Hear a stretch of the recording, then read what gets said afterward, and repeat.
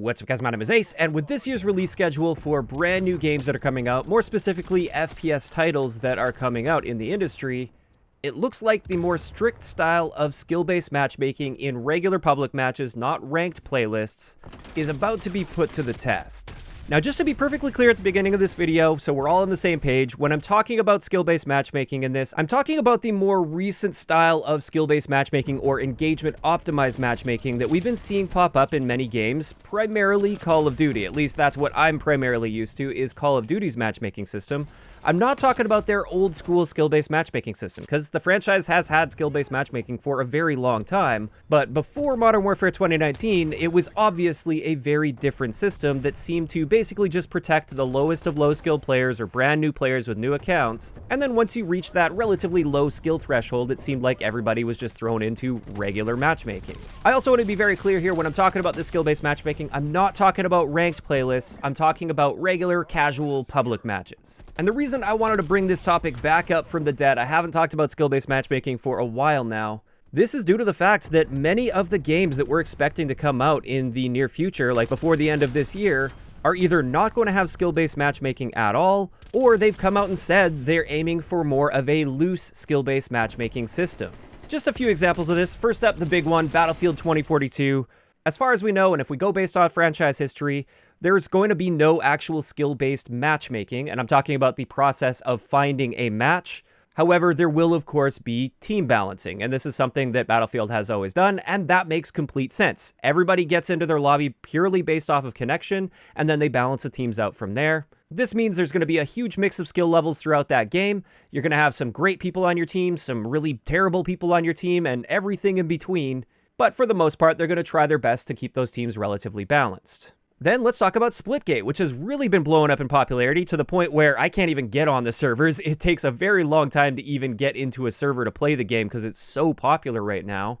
With this, unlike Call of Duty, where they won't even touch on the topic of skill-based matchmaking, the devs of Splitgate have come right out and said that in their casual playlists, what they're going to be aiming for is loose skill-based matchmaking, where a brand new player or a very low-skill player isn't going to be running into a professional player at all. But he went on to say at the same time they don't want high-ranked lobbies to just purely forever be high-ranked lobbies where you just never get anything fun.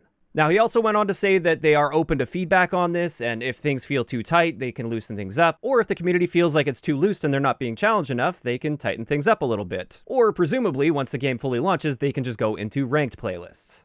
But finally, for my examples here, we've got XDefiant, which the devs have come out and said, at least starting off with the closed test, there's going to be literally no skill-based matchmaking whatsoever. And I'm sure they're going to be monitoring that, and we'll just have to wait and see what they decide on for the future of the game when it actually comes out and launches. But at the same time, it's great to see that the developers are very clearly aware of the skill-based matchmaking concerns that people have, and they're at least open to discussing it and potentially making changes based on feedback from the community, rather than just ignoring it completely like Call of Duty has, or in the case of Warzone, straight up lying to the community about having skill-based matchmaking in the game. Because when Warzone first launched, Infinity Ward claimed that there would be no skill-based matchmaking in Warzone, and that is very obviously not the case.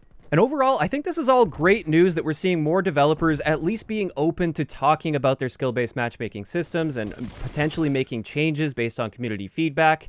As a Call of Duty player, this is extremely refreshing to see, and I'm excited to see how this plays out over the course of the next couple years.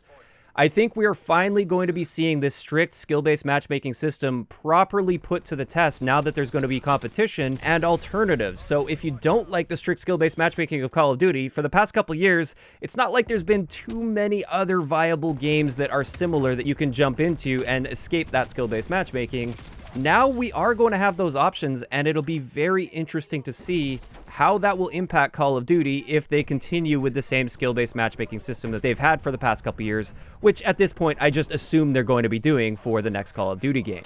Now, I am fairly confident that a lot of players that have been completely fed up with the strict skill-based matchmaking system that Call of Duty's been using for the past couple of years, where it's in casual playlists, it's completely hidden so you have no idea where you rank, how you stack up against your enemies or anything. And also, in the case of Black Ops Cold War, there's evidence that suggests that it can actually sacrifice your connection quality in order to get a better skill match. I think a lot of the players that are fed up with that are going to be jumping into these other games that are at the very least going to be more transparent about their skill-based matchmaking system. And my big hope here is that this is going to force some sort of change when it comes to the matchmaking systems in Call of Duty. As somebody that absolutely loves the Call of Duty franchise and has for well over a decade, I'm really rooting for all of the other games this year. I want them all to be incredibly successful, to the point where Call of Duty won't be able to ignore what's causing those games to be so successful and popular. And don't get me wrong, I by no means think that Call of Duty is just going to be completely blown out of the water to the point where they're not going to be able to compete with the other games. Of course, it's Call of Duty. It's going to sell incredibly well, and I'm sure there's going to be tons of really dedicated players there. But a big thing that I think we're going to be seeing this time around, if they don't make any adjustments to their skill-based matchmaking or don't address it in any way, I'm thinking the next Call of Duty game will potentially be a flop when it comes to Twitch viewership as well as YouTube viewership. And these are incredibly important this day and age when it comes to a game's popularity overall. It's gotten to the point now where it's not just the really hardcore, nerdy gamers out there that are watching people on Twitch or on YouTube. A huge percentage of just normal, everyday gamers out there are actively in touch with Twitch and YouTube. And a game's popularity on those platforms is extremely important when it comes to their long-term success. Now, of course, this is more so just going to be an experiment. Maybe I'll be completely wrong. Maybe Call of Duty is still going to be incredibly successful, and it's going to blow all the other games out of the water, despite the very vocal people like myself that don't like their style of skill-based matchmaking or engagement-optimized matchmaking in regular casual public matches. But for me at least, like I said, I am rooting for the other games, and I'm rooting for change here when it comes to Call of Duty's matchmaking systems. And I also just want to make a quick note at the end here. I'm not somebody that wants to completely get rid of all forms of skill-based matchmaking in public matches in Call of Duty. That's never what I've wanted. Instead, what I've really wanted is just traditional Call of Duty matchmaking, where yeah, protect those brand new players, protect the lowest skilled players, but throw everybody else together so that it doesn't feel like the game is just constantly manipulating your experience and deciding whether or not your next game is going to be a win or a loss, or whether it's going to be easy or difficult for you algorithmically. I want that all to either happen organically, or I want better transparency in the game that at least shows you what kind of difficulty of a lobby that you're in, or what your ranking is. That stuff is extremely important to me because when I play video games, or at least online video games, the big draw for me is mastering that game. It's improving at that game. It's learning all the ins and outs, all the little mechanics, everything I can to make myself a better player.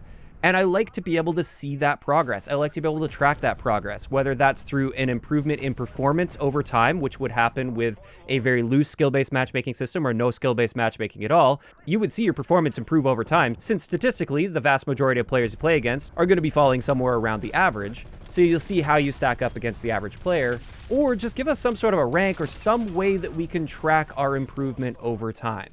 If we're fighting in a lobby with the top 5% of players, let us know that we're fighting in a lobby with the top 5% of players. That'll make a win in that match feel so much more exciting than a win against the bottom 5% of players. So yeah, I'm not completely against skill-based matchmaking. I'm just hoping that with the release of all these games that are actively talking about skill-based matchmaking or just not going to have skill-based matchmaking at all, I really hope this is going to help the skill-based matchmaking discussion evolve over time, so we can at least reach a better balance between the people like myself that hate strict skill-based matchmaking or engagement-optimized matchmaking in casual playlists where it's completely hidden from you, and the people on the other side that have maybe reached a skill ceiling that isn't very high in a video game and they just can't seem to progress above that, and they want some protection against the players that have gotten very good at that game.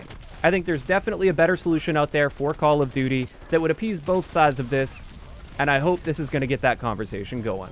But with that, that's just my view on all of this. I'd like to know in the comment section below, what do you think about all of these new games coming out, talking about skill-based matchmaking, and also mentioning that they're planning on having quite loose skill-based matchmaking? Do you think this is going to be successful for them, and do you think this is going to draw a lot of players away from the Call of Duty franchise? Just let me know those thoughts in the comment section down below. If you enjoyed the video, a like rating is always appreciated, and don't forget to subscribe for more if you haven't already. I'll talk to you guys next time.